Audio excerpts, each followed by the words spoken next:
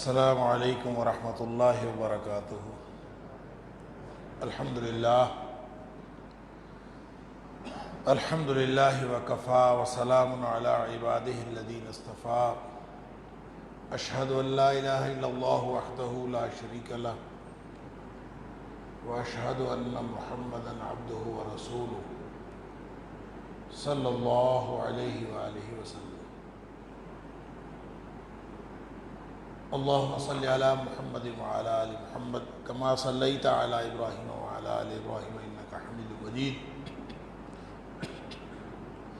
اللہم بارک علی محمد وعلی آل محمد کما بارکت علی ابراہیم وعلی آل ابراہیم انک حمید مجید۔ اما بعد، اللہ کے فضل، اس کی توفیق اور اس کی رحمت سے آج 20ویں پارے کے ساتھ ہمارا قیام مکمل ہوا ہے۔ اللہ تعالی ہم سب کی طرف سے قبول فرمائے۔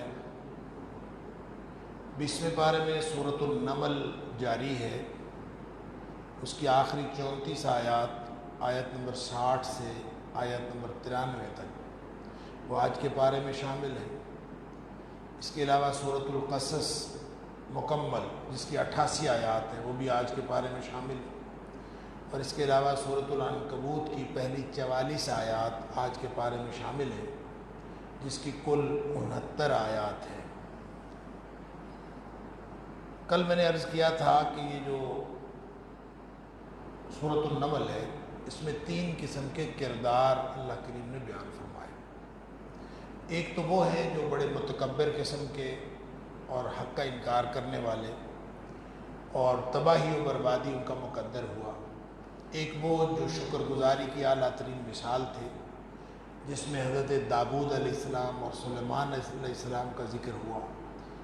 کیونکہ بات حکمرانی اور بادشاہت کی تھی، لہٰذا تباہی و بربادی والے حکمران ان کا ذکر ہوا، اور وہ حکمران جو بادشاہ بھی تھے اور جن کو اللہ تعالیٰ نے بادشاہت بھی ایسی عطا کی جو دنیا میں کسی کو نہیں ملی، تو اس بادشاہت کو لینے کے باوجود وہ شکر گزاری کی اعلیٰ ترین مثال بنے۔ اور تیسرا کردار وہ ہے جو تھے تو مشرک، لیکن ان کے اندر قبول حق کا مادہ تھا، اور پھر وہ انہوں نے حق کو قبول کر لیا، اور اس کی مثال کے طور پر اللہ کریم نے اس میں ملکہ سبا کا ذکر کیا۔ لہذا جو قصص سابقہ ہیں ان پر حمد و شکر کرنا چاہیے، اور ساتھ ہی ساتھ توحید کے دلائل دیے ہیں۔ خاص طور پر یہ جو جہاں سے یہ پارہ شروع ہوتا ہے، اس میں اللہ تعالیٰ نے چند سوالات کیے ہیں کہ بتاؤ اللہ کے علاوہ الہ مع اللہ، کیا اللہ کے ساتھ کوئی اور بھی الہ ہے؟ خالق وہ ہے، مالک وہ ہے، رازق رزق دینے والا وہ ہے، مدبر کائنات وہ ہے، مصیبت میں مدد کرنے والا وہ ہے، بحر و بر کے اندھیروں میں راستہ دکھانے والا وہ ہے، عالم الغیب وہ ہے۔ بتاؤ کیا اس کے علاوہ الہ مع اللہ؟ یہ اللہ کریم نے اس میں تکرار فرمائی ہے، الہ مع اللہ۔ پھر فرمایا کہ کوئی دلیل ہے تو لاؤ، قل ہاتوا برہانکم ان کنتم صادقین، اگر تمہارے پاس کوئی دلیل ہے تو لاؤ۔ شرک ہمیشہ بے دلیل ہوتا ہے، اس کا عقل و دانش کے ساتھ بھی کوئی تعلق نہیں ہے، اور دلیل کے ساتھ بھی کوئی تعلق نہیں۔ آیت نمبر 67 سے قیامت کے حوالے سے دلائل بھی دیے گئے ہیں، اور مجرموں کو، جو مکذبین ہیں، جو ڈرانے والے، جو معاندین نبوت ہیں، ان کو ڈرایا بھی گیا۔ وہ ہمیشہ یہ ایک بات ہمیشہ مشرکین کہتے تھے، مر گئے، مٹی ہو گئے، دوبارہ کیسے، کون زندہ کرے گا؟ وقال الذین کفروا اذا كنا ترابا وآباؤنا أئنا لمخرجون، کیا دوبارہ ہم اٹھائے جائیں؟ اللہ اکبر۔ اس کے مقابلے میں فرمایا کہ ایک تو قل سیروا فی الارض فانظروا کیف کان عاقبۃ المجرمین، ایک تو زمین میں گھومو پھرو اور دیکھو مجرموں کا انجام کیا ہے۔ تو مجرموں کا انجام دیکھ لو گے تو تمہیں سمجھ آ جائے گی آخرت کے حوالے سے۔